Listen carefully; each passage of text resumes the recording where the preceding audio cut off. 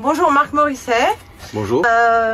Alors, vous êtes aux rencontres citoyennes de Vierzon. Alors, est-ce que vous pouvez vous présenter et nous dire si vous représentez quelqu'un et son objet et d'où vous venez? Alors, moi je viens de Bordeaux, plus précisément de Saint-Médard-en-Jalles. C'est une petite commune qui fait partie de la métropole bordelaise, sur lequel donc j'ai un mandat d'élu municipal et aussi représenter la ville de Saint-Médard dans la métropole de Bordeaux. Donc je suis aussi un élu qu'on dit métropolitain. Et voilà, et je suis ici, voilà, surtout pour essayer de faire passer des messages comme celui que l'on est en train de faire. Et entre autres, je pense qu'il faut développer encore plus aujourd'hui la curiosité, parce que si je suis là, c'est parce que je suis curieux de rencontrer des gens intelligents, éveillés, qui ont compris pas mal de choses, et de commencer à construire aussi l'intelligence collective que tout le monde attend pour que la société s'émancipe encore plus, quoi. Voilà. D'accord. On avait vu pas mal de vos vidéos sur TikTok qui ont fait le buzz. Vous posiez des questions intéressantes sur les chemtrails, sur le carbone, et sur la vaccination et sur les LFE pour finir. Alors, je suis sur pas mal de... Oui, je suis déjà de nature, je suis déjà un technicien, donc de côté science, j'aime bien creuser. Et de ce côté-là, c'est vrai que j'ai tendance à un peu surprendre les autres élus parce qu'ils sont plutôt ignorants. Et même si je leur donne de l'information, ils ont tendance à la réfuter. Donc j'ai tendance à être un peu un élu isolé qui chamboule un peu les, comment dire, les champs du possible, mais c'est-à-dire les champs qui pour eux sont impossibles à dire en conseil. Donc ils ont tendance à un peu à être surpris sur ce que je dis, les chemtrails entre autres, ou les ukronazis qui sont quand même des termes pour eux qui ils ont du mal à entendre. Et de dénoncer évidemment toute la pandémie, tout ce qui est maintenant connu de plus en plus, alors que j'étais un écolo qui faisait les marches pour le climat. J'ai surtout aussi débunké récemment l'aspect du CO2 qui est un gros fake pour moi. Ça y est, c'est clair, on nous a menti, le rapport du GIEC politique n'a rien à voir avec le contenu interne des rapports, des 1000 et quelques pages, sur lequel il y a une autre analyse scientifique qui démontre que le CO2 est absolument insignifiant au niveau du réchauffement climatique. Et donc je bouscule tout ça, et c'est vrai que ça peut faire le buzz, parce que la question vient sur ce que j'ai fait éventuellement dernièrement sur TikTok, et donc je remercie en particulier donc la chaîne aujourd'hui que vous êtes, hein, à la fois Dépêche Citoyenne, mais aussi tous les médias alternatifs qui ont tendance à relayer ce genre de vidéos et de paroles qu'ils n'entendent pas souvent et qui font très plaisir à entendre, parce que ils disent au niveau des commentaires, enfin un élu qui dit des choses vraies et qui ose les dire. Exactement. Et qui aujourd'hui déplaît effectivement à toute la doxa de tout ce qu'on entend de partout. Donc en fait, c'est pas que je sois contraire dans le faux, au contraire, je pense que je dis tellement de choses qui sont dans le vrai que ça parle aux gens. Le seul problème, c'est que c'est pas remonté par les canaux officiels, donc ça passe pour l'instant pour la plupart des gens qui croient qu'au mainstream comme quelque chose de pas crédible ou voire de complotiste, sans comprendre le mot, parce que c'est bon de rappeler ici encore une fois, mais le complotisme, c'est surtout des gens qui ont d'un côté comploté, donc les comploteurs, et les complotistes sont ceux qui le dénoncent. Bon, on peut ne pas utiliser ce mot-là, parce qu'effectivement on utilise le langage de l'ennemi. Et je pense que de ce côté-là, il faut aussi essayer de remonter sur le fait que les prévisionnistes sont avant tout des gens comme moi, qui sont aujourd'hui ceux qui disent, qui dénoncent les complots, parce qu'ils ont eu la patience, la curiosité et la pugnacité d'essayer de retrouver de l'information en dehors des canaux habituels. Et comment c'est vécu dans l'Assemblée? Parce que j'ai vu qu'on vous coupait le micro éventuellement, donc comment vous le vivez? Parce que ça doit être assez difficile d'aller envers et contre toute une Assemblée comme ça. Est-ce que... Alors le vécu de l'élu, je dirais que quand on s'engage en tant qu'élu, c'est avant tout une démarche où on a déjà compris qu'on était dans un nid de frelons ou nid de guêpes, si on veut, et en fait on a déjà fait un cheminement personnel de se dire tout ce que les gens en face ne peut pas m'atteindre, parce qu'on n'attend que des arguments. Et donc dès qu'on est dans la posture politique, on s'en rend compte tout de suite, et en fait eux-mêmes se ridiculisent, c'est-à-dire que ils apportent pas d'arguments, ils s'attaquent directement à la personne. Et ben en fait c'est encore pire, c'est-à-dire que moi ils me démontrent qu'en fait ils ont non pas l'intelligence d'apporter dans le débat des arguments qui pourraient me convaincre de changer, parce que je pourrais très bien évoluer dans leur sens. ça fait partie du débat? Eh bien non, au contraire. Ils s'entêtent à dire des choses presque insignifiantes ou méprisantes, voire effectivement directement sur la personne, et en essayant de me toucher. Et ça me touche pas, au contraire, c'est encore pire. C'est, je comprends tout de suite que c'est même pas la peine de continuer à discuter avec des gens comme ça, parce que ils sont au contraire en train de s'auto-détruire devant moi. Donc en fait, je passe à autre chose, et c'est là où il faut savoir un peu prendre de recul ou de la hauteur, comme on dit, pour essayer de dire à un moment donné, bon ok, c'est pas grave, je peux me mettre effectivement de temps en temps en colère, comme ça a été le cas, quand un fonctionnaire, directeur de cabinet de Madame Bost, donc la présidente de Bordeaux Métropole, faire le job à sa place, parce que c'est lui qui a visuellement, et je l'ai vu faire, coupé le micro pour que je ne parle plus du Doliprane et des effets secondaires du Doliprane, alors qu'on faisait une délibération sur la souffrance des femmes, en particulier sur la menstruation, où on donnait des congés d'absence parce que les menstruations effectivement sont de plus en plus douloureuses, mais sans chercher à comprendre la cause, puisqu'encore une fois on peut encore développer. J'aurais pu parler d'où vient la souffrance aujourd'hui, des règles difficiles, et en particulier aussi j'évoque souvent le phénomène de la société homme-femme qui souffre, parce qu'il y a des effets secondaires qui ne touchent pas que les femmes. Donc aujourd'hui, on met ça sur la menstruation, ça arrange bien politiquement d'essayer de faire une délibération un peu fourre-tout sur la souffrance des femmes, on les prend en compte, on est un peu entre guillemets féministe et tout va bien.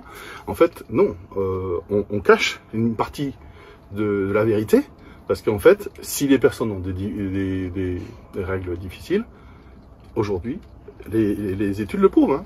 C'est en partie dû au pseudo-vaccin qui crée des problèmes. Avec l'association voilà. Ouais Mon Cycle, on l'a vu. Bon, exactement. Alors, en tout cas, les commentaires étaient parlants. Vous ramenez vraiment dans l'Assemblée la parole de tas de citoyens, et pour ça, je crois que bon, il y a eu énormément de merci dans les commentaires, mais vous avez les nôtres en tout cas.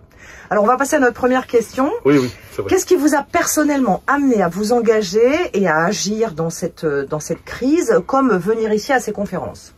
Alors, je l'ai dit un peu au début, c'est la curiosité. C'est-à-dire que je travaille surtout sur ça, et sur le fait que plus on travaillera justement peut-être demain dans une société, parce que je pense que c'est la dernière question sur laquelle on doit travailler sur le demain, à mon sens, c'est d'essayer de pousser à ce qu'il y ait une école de la curiosité, qui est l'école qui permet de sortir des sentiers classiques. C'est-à-dire l'intelligence, elle naît, comme disait à l'époque feu Bernard Stiegler, le père de Barbara Stiegler, qui disait qu'effectivement, l'intelligence, c'est quand on désobéit à la norme. Donc quand on sort de ce qu'on croit être la vraie science, et justement c'est là où elle évolue, vers quelque chose d'intelligent, parce qu'en fait, on crée quelque chose de nouveau que les autres n'avaient pas pensé. L'intelligence, c'est vraiment cet esprit-là, et cet esprit-là, il naît de la contradiction, d'avoir un esprit critique sur, en fait, en permanence, d'où viennent les choses vraies, les choses bonnes, les choses qui ont du sens pour l'intérêt général et pas que pour soi. Et je crois qu'à mon sens, c'est ce qui m'amène ici à démontrer encore plus justement qu'on a tous une capacité, et tout le monde, s'ils étaient, et je l'ai dit de temps en temps à certaines autres personnes, s'ils étaient à ma place, ils feraient peut-être 10 fois mieux que moi. Donc en fait, il faut rester relativement humble. C'est juste que moi, je finis mon mandat, je l'ai pris en disant ok, je vais le faire, et justement, j'invite tous les gens à prendre la suite. Parce que c'est ça qui m'apporte aussi dans l'intérêt de faire de la politique, c'est de démontrer que tout le monde est capable de faire de la politique et de représenter les peuples. Alors justement, avec ce courage qui dit, à un moment donné, effectivement, quand on a des gens en face qui ont 10 fois plus d'arguments, on a peur de se faire démonter. Donc évidemment, avant de faire de la politique, soyez curieux, soyez capable d'argumenter en face des personnes que vous avez. Et donc ça veut dire que chacun doit se travailler sur soi-même, sur la connaissance, les échanges de connaissances entre tous les éveillés possibles, pour avoir un discours qui se tient. C'est-à-dire aujourd'hui savoir parler des choses. Voilà. Personnellement, votre engagement, il vient de quelle valeur? Parce que beaucoup de gens pensent tout un tas de choses, mais ne s'engagent pas. S'engager, ça veut dire se déplacer comme vous faites aujourd'hui, prendre la parole, se mettre en avant, participer à des manifs. C'est quand même, qu'est-ce qui, à votre avis, fait permet cette différence en fait entre les gens qui le pensent mais qui ne s'engagent pas, entre guillemets? Ah oui, c'est une question plus personnelle, alors encore plus personnelle. Ouais. Alors c'est peut-être plus le fait que je sois encore plus libre que d'autres personnes en fait. C'est-à-dire que déjà je suis sur une liste citoyenne, j'ai été viré en gros par le maire, et donc je me suis retrouvé comme élu de Saint-Médard de l'opposition isolée. Idem après quand Europe Écologie Les Verts a fait sa suspension pendant 4 mois sans me prévenir, ou quasiment en disant ok on t'a pas entendu mais en gros on veut pas t'entendre. Donc c'est là où moi j'ai aussi claqué la porte à ma manière. Donc ils ont commencé pour me menacer à me retirer tous mes mandats à la métropole de Bordeaux. Donc pour moi c'était encore plus jouissif dans le sens où personnellement je devenais encore plus libre. Et quand on assume cette liberté, on a après une capacité, je pense, qui est offerte de savoir qu'est-ce qu'on veut faire soi-même de sa vie quand on est encore plus libre. Et on lui donne du sens, je pense, par le fait de redonner aux autres ce qu'on sait déjà, plus de se nourrir des autres pour essayer encore d'alimenter le débat et de construire cette intelligence collective. C'est profondément humaniste et altruiste en fait. Alors ça en fait partie. Oui, c'est gentil de le souligner. Non, enfin, si je devais le qualifier, il n'y a pas de gentillesse. Oui, c'est pas une gentillesse, mais je veux dire, c'est. Oui, c'est bon de l'entendre en tout cas. Voilà. Okay. Ouais, ok. Alors, question numéro 2. En quoi pensez-vous que ces rencontres citoyennes sont nécessaires, utiles, particulières, etc. Alors, elles sont avant tout un témoignage qui va être fait après coup. C'est-à-dire que là, il va y avoir une certaine concentration qui va être faite avec des gens qui vont venir débattre, qui vont venir exprimer tout ça. Mais c'est surtout le après. Je pense que donc il faut donner déjà des arguments et des éléments à l'intérieur pour que justement ça réseaute après coup. Parce que en fait, l'être humain, c'est avant tout un être de lien. Et il faut savoir le nourrir par d'autres canaux que le mainstream. Donc en fait, ça sert avant tout à ça. Essayer d'apporter le maximum d'infos au maximum des gens pour qu'ils soient en train de dire ok, ça ce que j'ai entendu là, ça a du sens, ok, je vais le catcher, je vais le relier. Et justement les radios alternatives, les télévisions alternatives et les réseaux sociaux permettent cette résilience, cette résistance de terrain, de dire à un moment donné, ok, on a appris ça à tel endroit, on peut le répéter, et c'est exactement ce qu'a commencé à faire dès le début les gens qui étaient touchés par le Covid, qui ont commencé à dire attendez, comment on peut pallier à tout ça. Donc il y a eu une forme déjà de mise en, puis finalement une critique, et puis finalement on en est là aujourd'hui, en train de constater que en fait la curiosité qu'on a eue, les doutes qu'on a eus il y a 4 ans, s'avère complètement vrai aujourd'hui et nous donne raison. Donc en fait, pourquoi s'arrêter? Donc aujourd'hui, au contraire, continuons, allons-y. Ok, merci. Et alors, dernière question. Si vous pouviez changer une chose, maintenant, d'un coup de baguette magique, ce serait quoi? Et pour quel changement de paradigme dans les années à venir?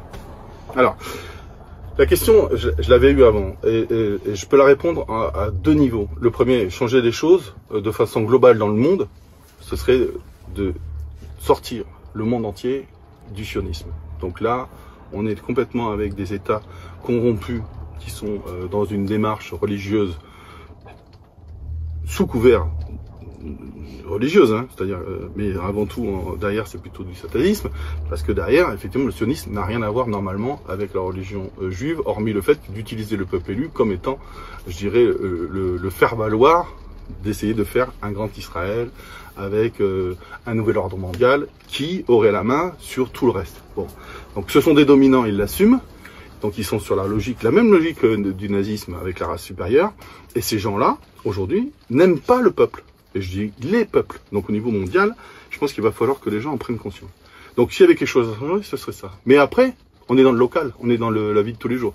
Et là, il faut plutôt se remettre justement sur la façon dont un État fonctionne et la façon dont on peut changer de paradigme à l'intérieur même du système.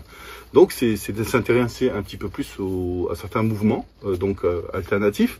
Donc il y a en ce moment, on va dire, la branche RIC, avec les référendums d'initiative citoyenne, avec ça mis en permanence, avec du débat suffisant pour essayer de faire en sorte que on révoque un élu. Et donc par rapport au système actuel, c'est déjà un début d'essayer d'instaurer une démocratie par le bas. Bon, ok. Mais je pense que c'est pas suffisant. Il faut rentrer encore plus dedans pour le changer de l'intérieur. Et pour moi, c'est le mouvement dans lequel j'ai commencé à initier ça en début de mandat municipal. C'était le mouvement du municipalisme où on reprenait la main sur le fait que la codécision, elle se faisait avec les habitants et non plus avec un maire qui dicte sa loi. Au contraire, on met en débat en permanence le débat local, de ce qu'on veut faire.